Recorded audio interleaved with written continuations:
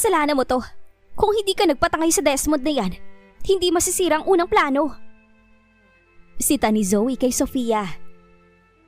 Kung meron mang dapat sisihin dito, ikaw yung Zoe.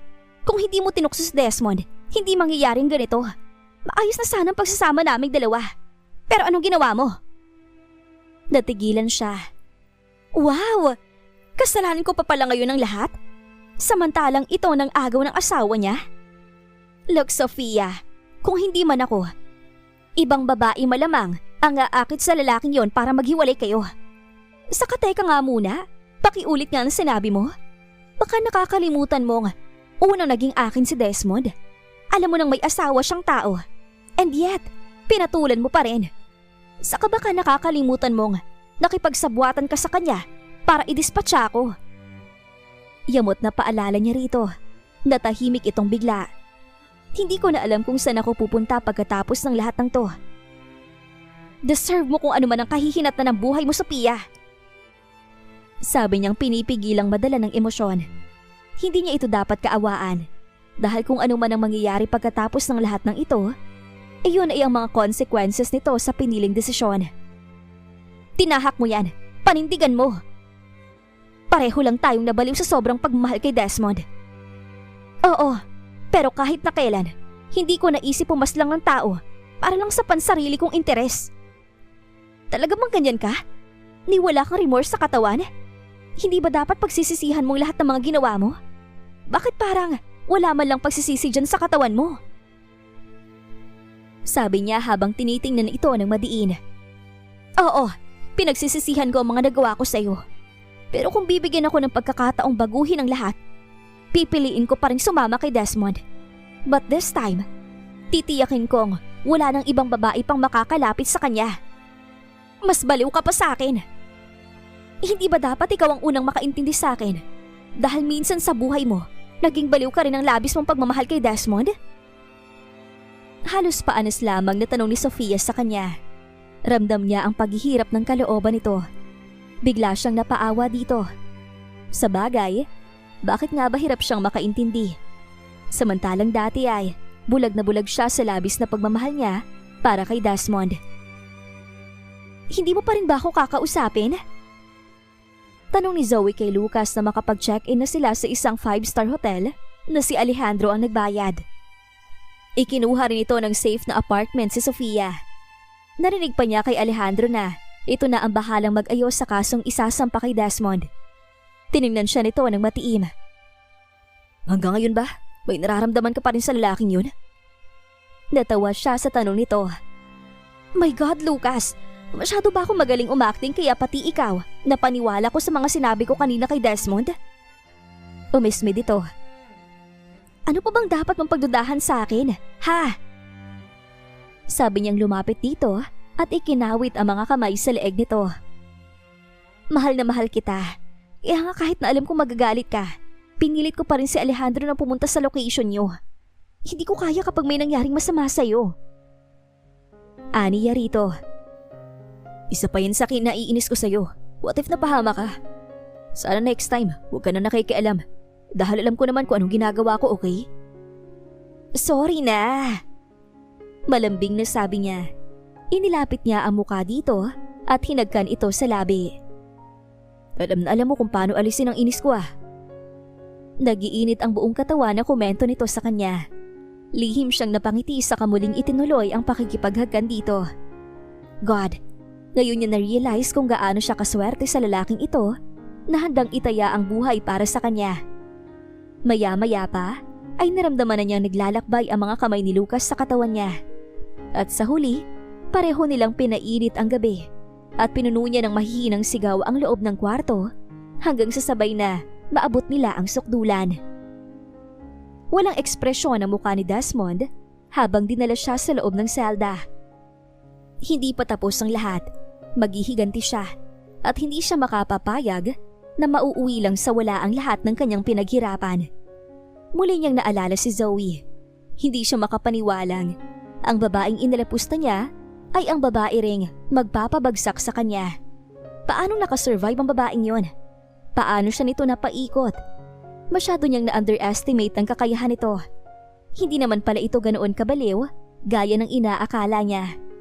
At si Sofia, biglang nanlisik ang kanyang mga mata. Kailangan mapaslang niya ang dalawang yon.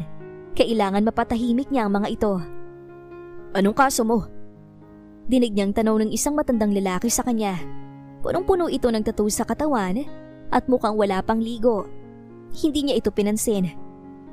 Sa lahat ng ayaw niya ay iyong madumi. Kaya nga ginawa niya ang lahat para makaahon sa kahirapan. Dahil kinasusuklaman niya ang buhay na pinanggalingan niya. Kaya hindi siya makapapayag na sa ganito lang ang ending ng lahat. Aba, suplado ka ha? Anang lalaki. Nilingon nito ang mga kasamahan. Baka matapang ang isang to ano? Tuturuan ba natin ang leksyon? Galit na binalingan niya ang matanda at hinawakan ito sa mukha gamit ang isang kamay. Huwag niyo akong dinadaan sa pananakot niyo. Hindi ako nakukuha sa mga ganyang style. Yamot na sinuplahan niya ito sa mukha, saka pasupladong naupo sa bakanting higaan. Nagsipagtayuan ang mga kasamahan ng matanda sa selda. Waring nagbabadya ng gulo ang mga ito. Tumayo siya at isa-isang tiningnan ng mga ito, saka walang imik na sinugod niya ang pinakamalaki at mukhang pinakamatapang sa lahat. Inundayan lang niya ito ng sunod-sunod na suntok.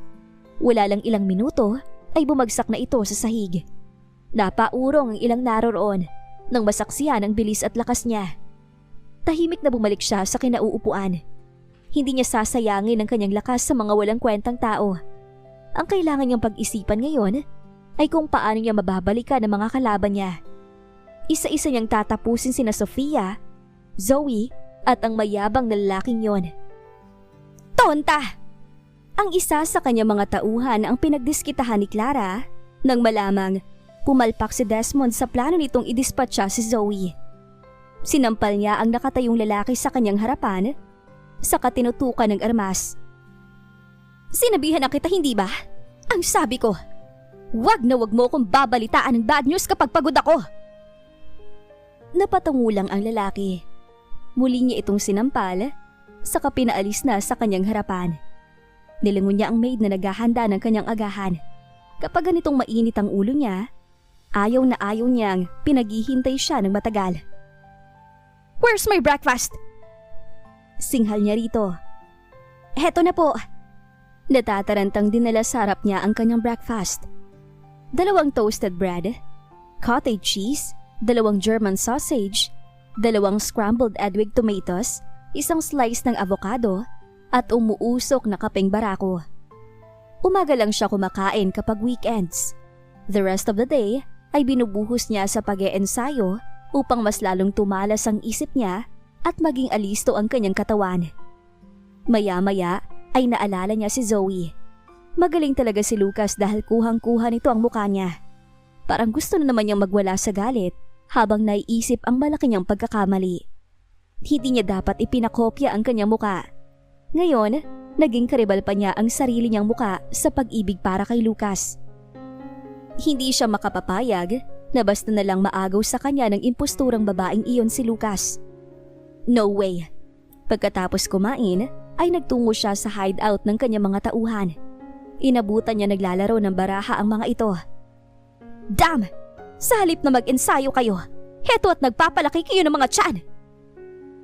Sigaw niya sa kaitinumba ang mesang pinaglalaroan ng baraha. Kaya kayo natatakasan kasi ang tamad niyo mag-ensayo. Parang mga basang sisiw na nagsipagtayuan ng mga lalaki at nakatungo ang mga itong humarap sa kanya. Hanapin yung kinaroroonan ni Zoe. Kung mapapaslang niyo siya, okay lang. Pero mas gusto ko sanang dalhin niyo siya sa akin ng buhay. Nagkatinginan ng mga ito na parang may malalim na iniisip. Hindi niyo ba naiintindihan ang sinabi ko? Alin ang hindi malinaw sa inyo? Madam, alam niyo naman protektado ni Lucas sa babaeng yun, hindi ba? Mahinang sabi ng pinaka-leader ng kanyang grupo. And so? Pati po ba si Sir kakalabanin namin? Nag-aalalang tanong ito. Hindi ba minsan yun na siyang kinalaban? Kailangan bang paulit-ulit ko pang ipapaalala sa inyo? Alam niyo naman po kung gaano kalakas si Sir Lucas. Hindi na niya pinatapos pa ang sasabihin ng lalaki. Ano pang silbi niyo kung hindi niyo siya kayang kalabanin? Mga walang silbi! Galit na sabi niya rito. Paniguradong pinaghahanap ka ngayon ni Clara. Hindi ka nun titigilan hanggat di ka niya napapaslang. Nag-aalalang sabi ni Lucas kay Zoe. Hinaplos nito ang pisngi ng babae. Kung okay lang sa'yo, doon ka muna sa bahay ni na Amanda at Janice. At sino naman sila? Nalilitong tanong nito sa kanya. Isa-isa na nagsisisulputan ng mga mafia friends mo ah. Baka sa halip na makatulong sila, dalhin ka nila sa kapahamakan. Papagkakatiwalaan ko mga yun, Zoe. Matagal ko ng kaibigan si Janice, kaya alam kong papoprotektahan ka niya. Hindi ba natin pwedeng harapin si Clara na magkasama? Alam mo namang hindi ako kampante kapag hindi kita kasama eh. Hinagod niya ang buhok nito. Mas makakapagtrabaho ako ng maayos kung wala akong ibang iisipin. Sabi niya rito. Kapag okay ng lahat, makakapamuhay na tayo ng normal. Hindi na natin kailangan magtago na, gaya ngayon. Kailan kaya darating ang araw na yon? Once sa mafia, always sa mafia. Don't you think, papakawalan ka ng father mo? Matiim na tanong nito sa kanya. Natahimik siya bigla. Pakiramdam niya tuloy ay napaka-unfair niya kay Zoe. Hindi nito deserve ang ganitong buhay. Tama bang, kalad ka rin niya ito sa mga ganitong kaguluhan? Susunduin ka ni Janice mamaya. Aniya rito. So, nakapagplano ka na pala kahit hindi pa ako pumapayag? Zoe, pagtatalunan naman ba natin to? Kailangan ko bang paulit-ulit na ipaliwanag sa'yo kung bakit kailangan kong gawin to? Please, huwag mo na dagdagan ang problema ko. So, problema pala talaga ako para sa'yo? Please, don't be so unreasonable. Napalakas na ang boses niya. Heto na naman ba tayo sa paulit-ulit na diskusyon? Alam mo naman kung ano itong pinasok mo sa umpisa pa lang, hindi ba? Kung hindi mo kaya, Zoe, mas mabuti pa siguro maghiwalay na tayo. Nakita niyang napaamang ito sa huling sinabi niya. Maging siya ay nagulat rin na lumabas iyon sa kanyang bibig. Ang totoo, dala lang yun ang inis niya. Pero hindi naman niya intensyon na makipaghiwalay dito. So, gusto mo makipaghiwalay? Ramdam niya ang sakit sa mga mata nito. Ginagawa mo lang tong dahilan pero ang totoo, gusto mo lang pala akong hiwalayan? Napabuntong hininga siya ng malalim. Hindi niya alam kung saan na naman pupunta ang diskusyon nilang ito. Nami-misinterpret na naman siya nito. Zoe, will you stop being so childish? Ako pa ngayon ang parang bata? Zoe. Akmang hahawakan niya ito, ngunit mabilis nitong ipiniksi ang kamay niya. Napailing siya. Pagod siya at hindi ito ang oras para makipagtalo. Okay, kung yan ang gusto mo, go ahead. Siguro nga, mas mabuti pang maghiwalay na lang tayo. Kasi parang yan ang matagal mo nang pinupunto eh. Malamang, pinagsisisihan mo na ako ang pinili mo. Maybe this is your way para tuluyan ako maitaboy sa buhay mo. Anito sa kanya. Baka nga mas mabuti pang wala na akong iniisip na mga ganito. Go ahead. Hindi kita pipigilan kung yan ang gusto mo. Damn Zoe, pwede ba? Ang hinihiling ko lang naman sa'yo, makipag-cooperate ka. Mahirap mang gawin yun.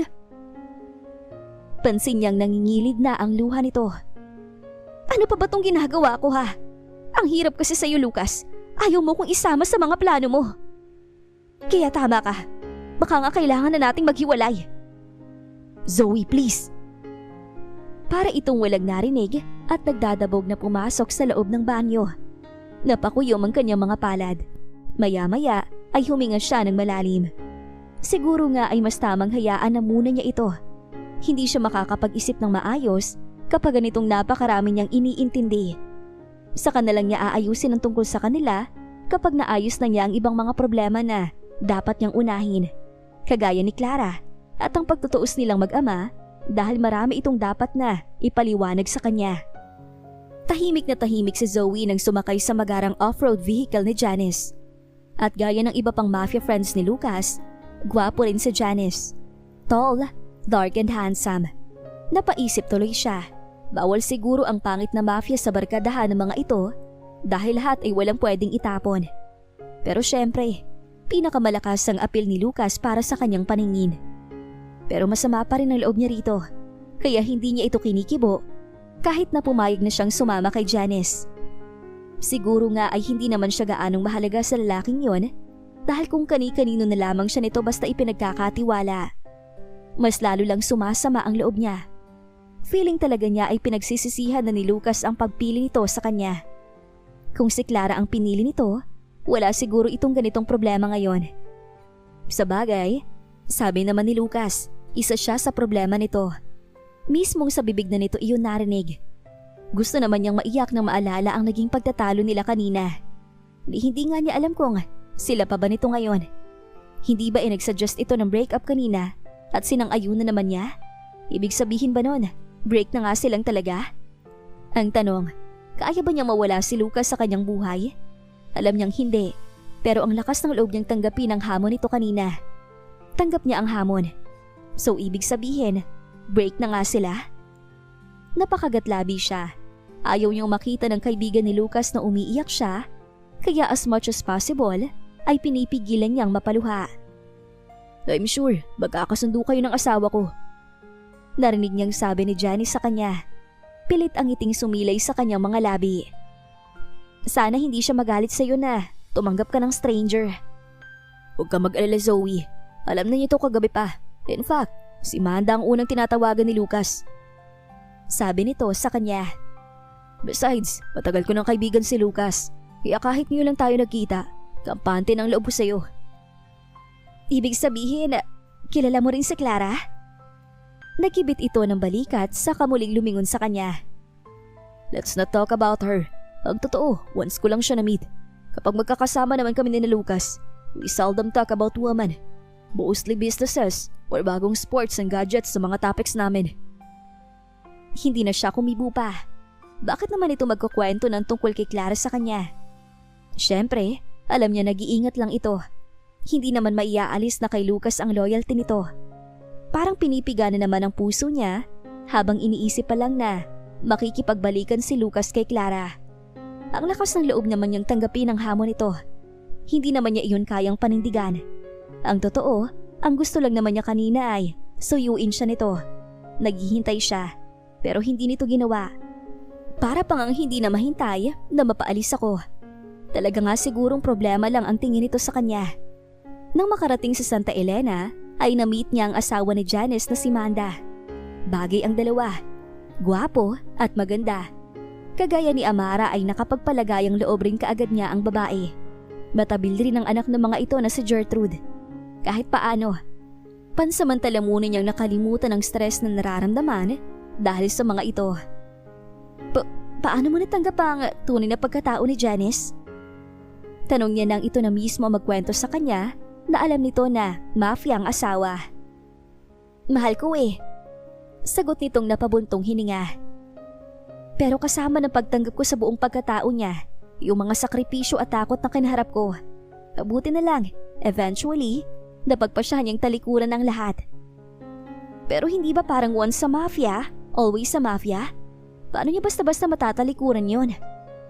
Tanong niya ulit sa babae. Hindi naman talaga basta-basta mailalayo ang nakaraan nito sa kung ano to ngayon. Like yung mga kaibigan ni Janice sa underground world. Hanggang ngayon, kaibigan niya pa rin.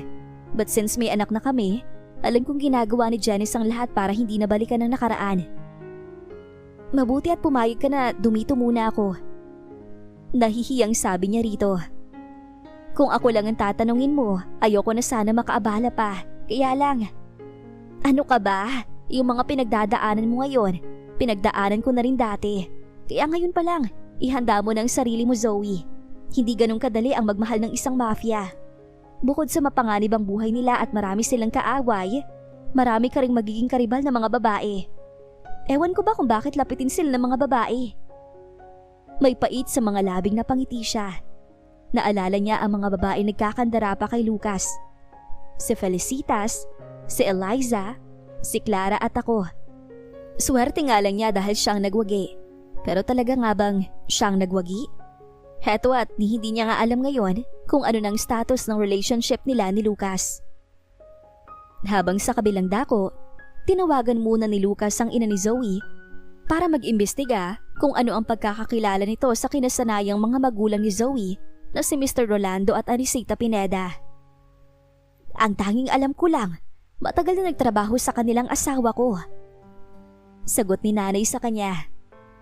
Kaya nga nang pumanaw si Arturo ay kinukup na nila kami. Naging mabait naman sila sa aming mag-ina.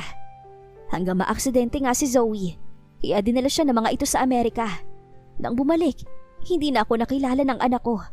At sila nang kinikilala nitong mga magulang. Sabi nitong bumuga ng malalim na hininga. Hanggang mabalitaan ko na lang na pumanaw sila sa aksidente. Ang sabi po ni Daddy, buhay sila. Kita niyang kumunot ang noo ng ginang. Buhay pa ang mag-asawa? Hindi makapaniwalang tanong nito sa kanya. Pero bakit nila pinalabas na wala na sila? Dahil po nadiskubre na mag-asawa na, si Desmond ang nagtangkang pumaslang sa kanila. Kaya isa sa naging misyon ko ay magmanman ang bawat kilo si Desmond.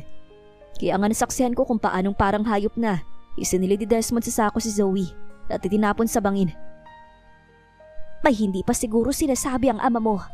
Palagay ko, hindi lang si Desmond o si Clara ang kalaban natin ngayon. Kailangan makausap mo ang father mo, Lucas. At kailangan mahanap natin kung nasan ngayon ang mga nag-ampon kay Zoe. Maraming mga tanong ang nakalagay ngayon sa utak ko. Mataman siyang nakikinig habang ina-analyze ang lahat ng mga pangyayari. Pakiramdam niya ay marami siyang madidiskubring lihim kapag piniga niyang mabuti ang kanyang ama. Alam niyang marami pa itong hindi ipinagtatapat sa kanya. Kailangan niyang makausap ng masinsinan ng ama. Pero ang problema ay parang gusto siya nitong iwasan. Okay ka lang?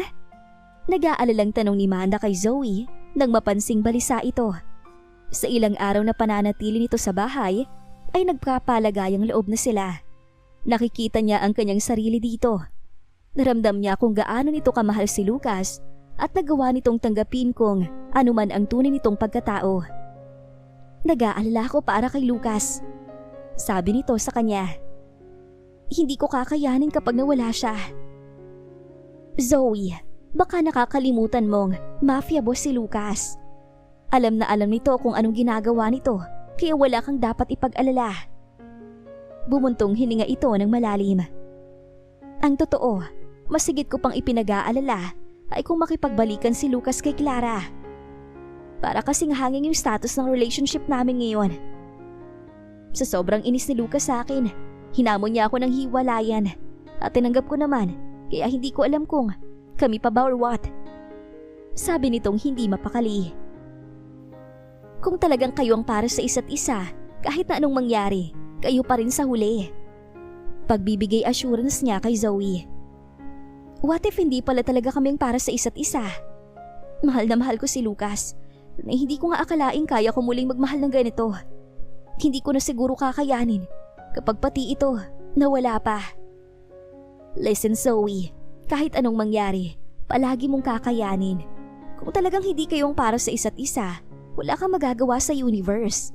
Pero naniniwala akong kapag totoo yung pagmamahalan ninyong dalawa, kahit anong mangyari, gagawa at gagawa ang tadhana para magkalapit kayong muli.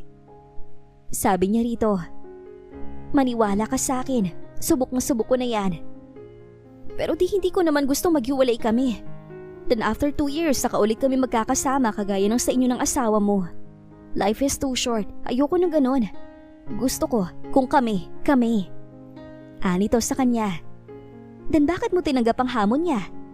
Bakit hindi mo ibinaba ang pride mo kung hindi mo naman pala kaya makipaghiwalay sa kanya? Yun na nga ang pagkakamali ko eh. Gusto ko siyang tawagan. Kaya lang, alam mo naman ang mga lalaki. The more na pinapakita mong dead na dead ka sa kanya, the more naman lalamig at hahanap ng ibang mas exciting. Sabi nito, saka tumiimang tingin sa kanya. Ano bang dapat kong gawin, Manda? Wala kang ibang dapat gawin kundi ang magtiwala, Zoe. Magtiwala ka sa pagmamahal ni Lucas. At pwede ba, huwag ka masyado magpa-stress? Relax ka lang, okay? Mabuti pa, magmerienda tayo. May niluto kong masarap na kakanin. Halika, masarap ka ulam ng kape ang Maha Blanca. Gustong pumayapa ni Zoe ang sarili, and yet, kahit anong gawin niya ay kung ano-anong gumugulo sa kanyang isipan. Tinawagan niyang ina, ngunit saglit na saglit lang siya nitong kinausap dahil makikipagkita raw ito kay Lucas. Na-excite nga siya kaagad pagkarinig sa pangalan ng lalaki, ngunit hindi na in-entertain pa ng nanay niya ang mga tanong niya. Sa halip ay sinabihan siya nito na Mamaya na lamang sila mag-usap. Nakasimangot na naupo siya sa mahabang couch. Maski si Mother, tamad na tamad makipag-usap sa akin. Naghihinanakit na sambit niya kay Manda habang nakatingin sa ini-slice na mahablangka na niluto nito. Nagsalin ito ng isa sa platito at inilapag sa mesa. Kumain ka muna, Zoe. Sigurado kung makakalimutan mo kahit pangalan mo once matikman mo yan. Pabirong sabi nito sa kanya. Tumikim siya ng maha. Masarap nga, pwede natin gawing business to. Aniya sa babae. Yan nga ang sabi sa akin ni Janice eh. Humigop siya ng kape sa kamuling tumingin kay Manda. Nakakainggit ka. Gusto kong ganito rin lang kakampante ang buhay ko. Kailan kaya darating yung ganito na walang tensyon akong inaalala? Bago ako dumating sa ganito, napakarami muna naming trials at gulo na pinagdaanan ni Janice. Gaya nga ng paulit-ulit kong sinasabi sa'yo, hindi madali ang maging asawa ng isang mafia. Kaya nga gabi-gabi kong pinagdadasal na, sana ay hindi niya balikan pa ang dating buhay. Hindi na baling hindi ganun karami ang pera namin, as long as safe kami at walang gulo. Oo nga, mahirap pero ewan ko ba? Parang hindi na ako nagulat noong ipinagtapat ni Lucas sa akin ang tungkol sa kanya. Siguro, mas matimbang yung pagmamahal na nararamdaman ko kaysa takot. Pero syempre, gusto kong pagdating ng araw, talikuran na rin ni Lucas ang pagiging mafia. Kaso sa pagkakaalam ko, buong angka ng mga Bustamante ay member ng mafia. Doon ka sa father ni Lucas mag-ingat at sa ex-wife niya. Nagsabi sa akin ni Janice, hindi basta-basta ang father nun at mahirap na kalaban. Hindi pwede naghihintay lang ako dito. Kailangan kong kumilos, Manda. Matutulungan ba ako? Hindi ito makasagot at nakita niyang napalunok pa ito. Waring nag-aalangan na sagutin ang tanong niya. Alam niyang kabiling-bili ni Lucas na wag siyang hahayaang makaalis. Mahigpit rin ang security sa lugar. Please, Manda. Zoe, alam mo namang hanggat maaari, iniiwasan kong magkaroon kami ng pagtatalunan ni Janice. Besides, masyadong mapanganib kung aalis ka. Mas mabuting hintayin mo na lang ang tawag ni Lucas, okay? I'm sure, kayang-kaya nun ang lahat ng mga problemang kinakaharap ngayon. Hindi ba kaya kanya pinalayo para makapag-concentrate itong mabuti sa mga gagawin? Anito sa kanya. Pero ayoko, naghihintay lang ako ng resulta. Ang hirap ng ganitong wala man lang akong magawa. Hindi ba yan naman ang hiniling niya sa'yo? Maghintay ka lang at magtiwala sa kanya? Hating gabi nang makatanggap si Lucas ng tawag mula kay Clara. Gusto nito makipagkita sa kanya. Hindi na siya nagpatumpik-tumpik pa at pinuntahan kaagad niya ito sa lugar na sinabi sa isang liblib na lugar sa labas ng Maynila. Isang bagong hideout ito ng babae. Ipinarada niya ang kanyang motor sa ilalim ng malaking puno, saka tinanggal ang suot na helmet. Medyo madilim ang paligid. Ang tanging pinagmumula ng liwanag ay ang solar lamppost mula sa tabi ng isang sementadong bungalow ng bahay. Maingat na humakbang siya patungo sa bahay. Alam niyang may binabalak si Clara, kaya kailangan maging alisto ang kanyang isipan. Dahan-dahan niyang pinihit ang doorknob. Medyo nasilaw pa siya sa liwanag ng spotlight na tumutok sa kanyang muka. Sinasabi ko na nga ba't hindi mo ako matitiis? Dinig niyang sabi ni Clara sa kanya. Unti-unting lumiwanag ang buong kapaligiran. Nagulat siya na makitang kasama nito ang mag-asawang umampon kay Zoe. Nakangisi ang mga ito sa kanya. Nagtatanong ang mga matang, tiningnan niya si Clara. Bakit kayo magkakasama? Anong gimmick na naman ba to? Nagtatakang tanong niya, pangabat parang nakukutuban na niya ang kasunod nitong sasabihin.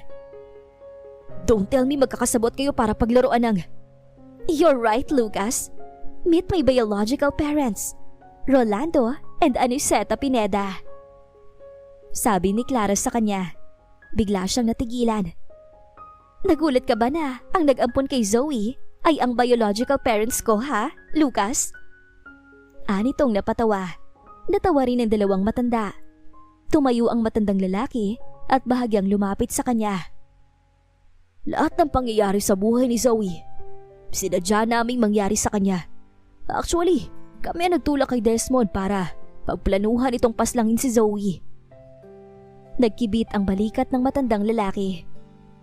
Well, somehow, parang orchestrated ang lahat. Lahat inutusan naming paslangin ito si Zoe. But knowing how greedy Desmond is, alam namin gagawin at gagawin niya yon, considering hindi naman ito talagang mahal si Zoe. Pero bakit? Mas lalong naguluhan na tanong niya. Dahil lang totoo, si Arturo na tumata yung bodyguard namin, ang totoong nagmamay-ari ng lahat naming kayamanan. Si Clara naman ang sumagot. Complicated, right? Binuntis nito si Isabel para magkaroon ng tagapagmana. Hindi alam ni Isabel kung ano ang tunay na pagkatao ni Arturo. Ang buong akala nito, isa lamang itong pobre na nagtatrabaho sa amin. Ang hindi nito alam, nagpanggap lang si Arturo para itago ang tunay niyang pagkatao. Kami lang ang nakakaalam sa tunay niyang pagkatao. Si Arturo ay nagmula sa isang royal family sa Middle East. Itinago siya dito ng kanyang pamilya, kaya para masolo namin ang kanyang yaman, pinaslang namin siya. Ngunit napag-alaman namin, hinahanap ng pamilya niya sa Middle East ang anak nito. Kaya nagpanggap akong may cancer. Inilapit ko sa iyo si Zoe at binigyan kita ng idea na kopyahin mo ang mukha ko sa kanya. Talagang sinadya kong mapalitan ang kanyang katauhan. Sabat naman ni Clara. Pero, napailing siya. Bakit hindi niyo na lang siya pinaslang noon kung gusto niyong masolo ang kanyang yaman? Dahil hindi namin makukuha ang yaman ni Arturo kapag na-declare na pumanaw na si Zoe. At least kung nawawala lang siya, madali lang para sa aming maisagawa ang lahat. Ngayon, ay naiintindihan niya kung bakit siya inutusan ng kanyang ama na pasukin ang opisina ng mga Pineda at papirmahin si Zoe sa isang blankong kontrata. Pati ako ay ginamit ng mga ito. Kasabot niyo rin si Daddy? Natawa lang si Clara. Kinuha nito ang remote at pinindot iyon. Mula sa screen ay lumabas ang video ng kanyang ama. Nakagapos ito at bubog sarado habang nakatutok ang dalawang armas sa noo nito. Napakuyom ang kanyang mga kamao. Kaya pala hindi sinasagot ng kanyang ama ang mga tawag niya. Bihag na pala ito ng grupo ni Clara. Ibig sabihin, kagaya niya, napaikot rin si Daddy ng buong pamilya ng babae. Kung hindi mo dadalhin sa akin si Zoe, manganganib ang buhay ng ama mo. Sagot ni Clara sa kanya. Too bad, mahal ko ang tatay mo dahil mahal na rin kita. Pero I'm hitting two birds with one stone, Lucas. Masasolo na kita at mapupunta pa sa amin ng kayamanan para kay Zoe. And we will live happily ever after, Lucas. Nakangising sabi nito sa kanya. Makukontrol na natin ang buong mundo. Hindi siya kumibo. Ayaw niyang matrigger ito. Kailangan maging maingat siya sa bawat sasabihin niya, lalo pa at hawak na mga ito ang buhay ng kanyang ama. But damn, iniisip pa lang niya makakasama niya ang babaeng ito ay nangingilabot na siya. Hindi ito ang babaeng minahal niya. Hindi niya maating magmahal ng isang babaeng may ganitong pag-iisip. Iniabot ito sa kanya ang isang telepono. Tawagan mo na si Zoe. Ano bang kailangan gawin niya? Naghihintay ako, Lucas. Or hindi mo na makikita ang ama mo. Zoe! Nakangising bati ni Clara na makita niya ito sa kamera. Bakit naman ganyan ang mukha mo? Hindi ka ba natutuwang makita ako? Anong ginawa mo kay Lucas? Puno ng pag-aalala sa mukha nito. Don't worry, wala pa akong ginagawa sa kanya. Pero kapag hindi ka nagpakita sa akin, hindi ako magdadalawang isip na paslangin siya. Hindi ako nagbibiro, Zoe. Kakayanin kong mawala si Lucas sa akin kapalit ng buhay mo. How about you? Handa ka bang makita siyang wala ng buhay? No! Nasaan ka? Hindi ako natatakot sa'yo. Matapang na sigaw nito. Nilingon niya ang lalaki sa kwarto. Hindi niya akalaing kayang isakripisyo ni Zoe ang sariling buhay para kay Lucas. Bagay na kahit na kailan ay hindi niya magagawa. Mahal niya si Lucas. Ngunit syempre pa ay mas mahal niya ang kanyang buhay. Hindi siya kasing baliw ni Zoe pagdating sa pag-ibig. I'll tell you kung nasa ang lugar kami. Pero siguraduhin mong mag-isa kang darating dito. Sa oras na malaman kong may kasama kang iba, malalagot ka sa akin. Babala niya rito, saka pinindot ang end button at pangiting-iting pumasok sa kwartong kinaroroonan ni Lucas. Walang hiya ka, Clara. Sa oras na may mangyaring masama kay Zoe, hindi mo magugusto ng gagawin ko sa'yo. Galit na sigaw ni Lucas sa kanya. Ako pa bang tatakutin mo? Hinawakan niya ito sa muka.